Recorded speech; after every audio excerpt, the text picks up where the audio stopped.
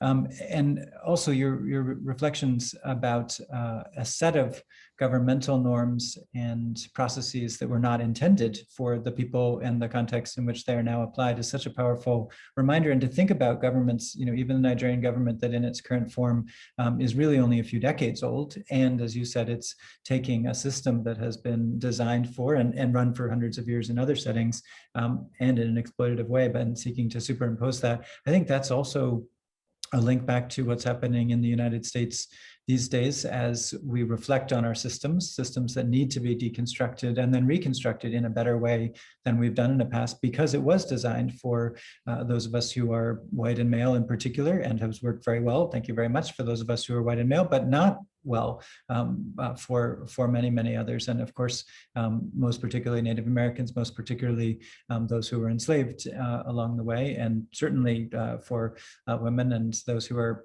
non-binary and so forth. And we could go down the line, but clearly we're in that same process, I think, that you're describing as so crucial to Africa, also here in the United States. And in terms of the reforms and the movements and so forth that we're focused on, I wonder if you could say a bit more about gender equity in your work, and maybe in particular some of the obstacles that you perceive in your work, which I'm sure are daily obstacles as you seek to bring about a sense of not just equality but equity from a gender perspective, and to unleash the great power of those who hold up half the sky, if not more. So I think that I really think that a lot of what I've been describing is also the outcome of male-dominated leadership. And I think that humanity is now at a point where we are invited to have male and female leadership in balance.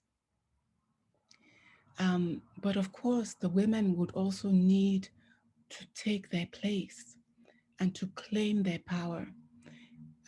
But it would involve unlearning a lot of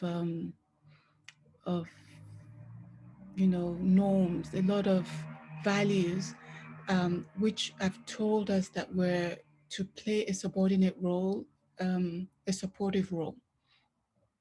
I think that women actually have to play their own role, and that's not subordinate, nor is it supportive. It's just they have their own power, and for humanity to advance, male and female power need to be in balance. But it's very tricky to achieve, because what we're saying is that the women have to stand in their own independence and then co-create with men a different reality. But how do you bring that about within the context, within the prevailing system? How do you try to build for women's independence while at the same time you're there pleading for resources to do it? In fact, I think there's a contradiction between the means and the end. And that means it cannot work that way. Because if you want it to work, within the very DNA of what you're trying to put in place must be the independence. And then you have the outcome of independence. You cannot put within the DNA, within the origin story, you cannot plant plantain and hope to get cassava. You want cassava, you must plant cassava, the seed for cassava.